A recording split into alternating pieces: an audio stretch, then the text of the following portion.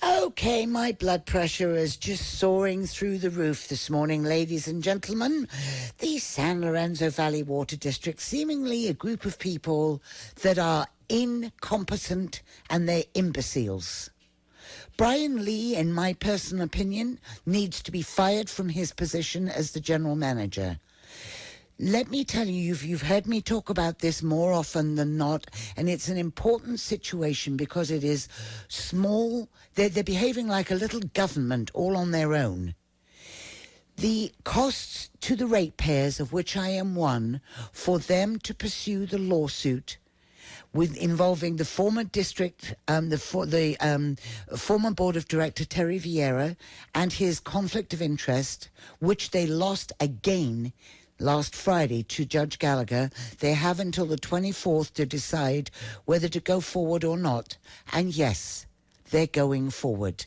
It looks like the costs right now, according to Barry Holtzclaw of the Press Banner, are going to be likely reaching nearly $240,000 this week.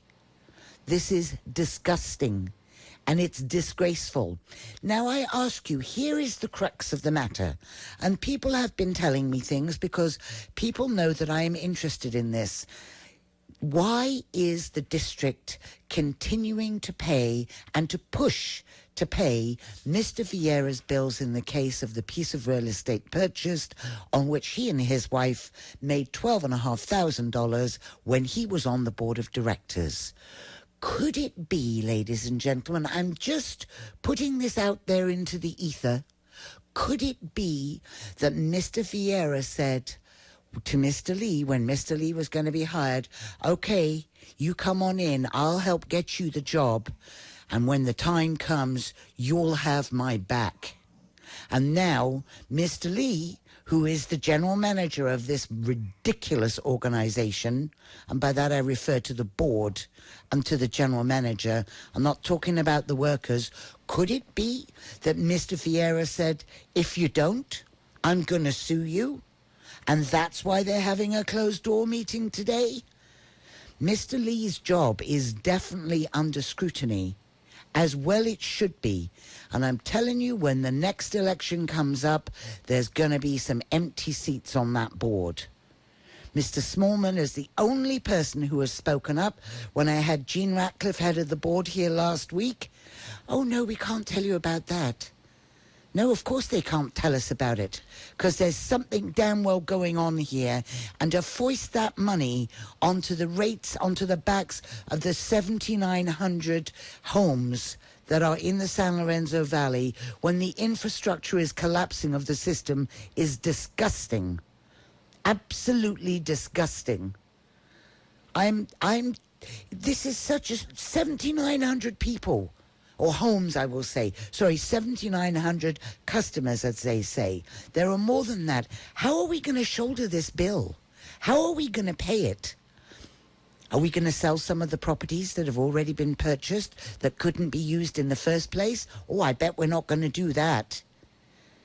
I just cannot believe their sheer bloody incompetence as a board of directors, and Jean Ratcliffe should resign as the head of that board for allowing this to go forward. We're talking about a minimum of 2 years forward from now to get this seen. And the judge turned them down on 11 items on Friday, and yet still they're going forward. A bullheaded group of idiots. This is all kind of confusing, in a way. Why are they doing it, is the question. Yeah, I guess they're so full in, all the chips are down, that it'd be too embarrassing now to back away.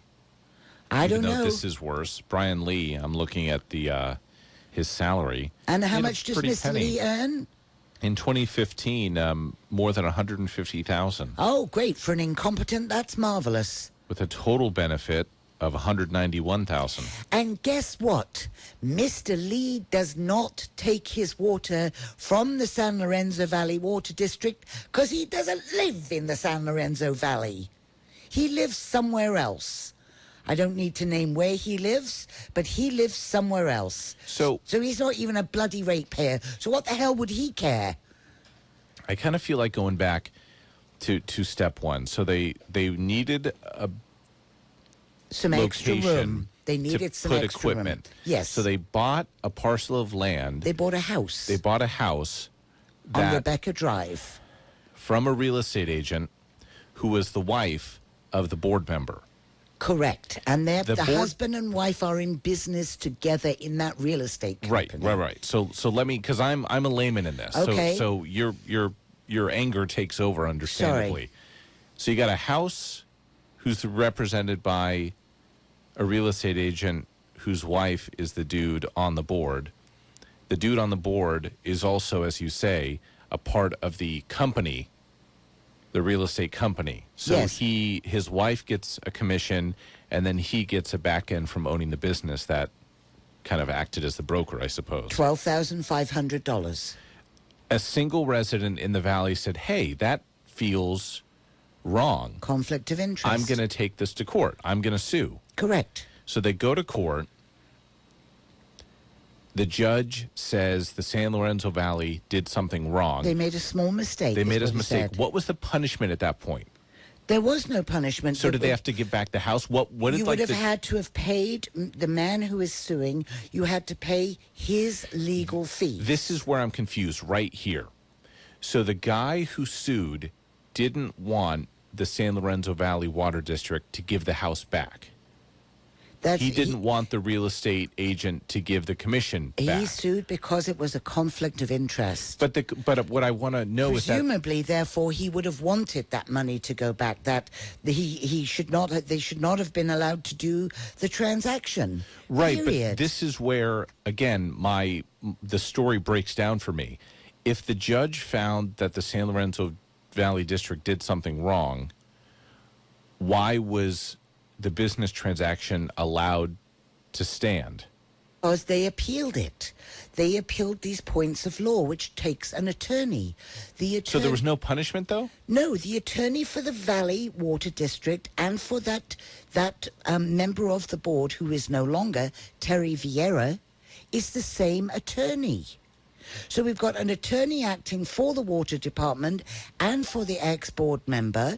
The judge said on Friday, this last Friday, no, you are, what I said stands. So now they are moving forward with a further appeal. And they're going to appeal it to a higher court. This is likely to take 2 years. 2 years. And we're looking at fees up to almost... I asked them here, I said, what are you prepared to do? Go to $250,000, $500,000 in fees? And obviously that's exactly what they decided to do. Well, you should take that bit of transcript, because I think they said... Now, they were very crafty in their words. I don't think they said no outright. They said, we have a threshold in our mind that we're not going to cross. But I don't believe that threshold was specified. All of the motions presented by the attorney on March 17th Superior Court hearing were rejected by Judge John Gallagher. The district asked Gallagher to vacate his earlier ruling and order a new trial with new evidence. The board voted 4-1 to seek a new trial. Only Mr. Smallman did not want to be a part of that and reaffirmed its commitment to paying all of Vieira's legal bills and the $9,000 in fines, there it is, imposed by the judge. Okay, so the judge said... $9,000. So they got a home for hundreds of thousands of dollars. The agent and the real estate firm all made a commission, and all they had to do was pay $9,000. And because they said no, we want to have the judge tell us we did nothing wrong. That's correct. And now they appealed that decision, that second. Essentially, we're in the third round here. Yes. Because they had the initial lawsuit, which went against them. Then they had the follow-up, which went against them last Friday. And now they're starting round 3. So this went from a $9,000 admit fault and get on with it. Yep. To now more moving than... forward. To how much? $240,000. So we have a $231,000 differential. I'm not going to say it, not even say sorry. We're not going to admit we did something wrong. to the tune of $231,000. Yep, Mr. Holloway is the guy who's suing. He said, can the SLV Water Board recognize a conflict of interest glaring in their face? And will they put the interest of the public over their own and their friends? The answers are no and no. So there you have it. Once again, this arrogant group of people serving their own purposes and not those of the ratepayers. And it irks me enormously, and I will do my very best to make sure maybe with the watchdogs, I don't know what the San Lorenzo Valley watchdogs are doing about this right now, but when the time comes up for Mr. Lee's job to be looked at, we're going to make a racket. And then Mr. Lee won't have to worry about... can you believe this? Unbelievable. How are they expecting to be reelected? Because I have a sneaking suspicion that they will be. There's already been $231,000 of shenanigans. There's going to be something else going on now. There has to be. I've no idea. That in March the 16th, right, this was the day before the judge's ruling, the board president, Jean, said the audience at a board meeting, we have not requested an appeal. What did they do the next day? They were told they'd lost the case, and so now they've requested an appeal. No, Jean, you hadn't done, but you had every intention of doing so, didn't you? You already knew what you were going to do, because your secret little discussions that you won't tell us about. Makes me sick. Anyway, enough of this. Bad. Let's call them up. Bad for the the blood pressure. We can call them. I don't know that I want to talk to them again. I'm glad they can afford a PR company. Well, every time you do talk to them, more and more people are going to hopefully make the decision not to reelect them. Well, we'll wait. How many of the jobs are up for re-election, to be honest when does with that you, happen? It will be probably. We just had the election because so that's it'll be a couple years. Yeah, and we'll see what happens then. If they're all up, we'll go for it. And Mr. Smallman would certainly get my vote. But so it's unbelievable. Who's the regulatory agency here? I mean, our whole system is set up to have checks and balances, and I know that for public entities, they're supposed to provide information so the public, the greater public, can be their check. There's tons of their minutes missing from... But what's the point of having a check when the check has no power to enact any restriction? I agree with you entirely. And the whole thing has come down to, I mentioned the email that Mr. Vieira wrote the day that when the transaction was going to happen on the house. He wrote to then general manager, also a buffoon, Jim Mueller. And he said, oh, this is the price that the house is going to be. And then in the evening sent another email saying, I'm sorry, I can't attend this board meeting because I have financial interests in the situation. Enough of these people.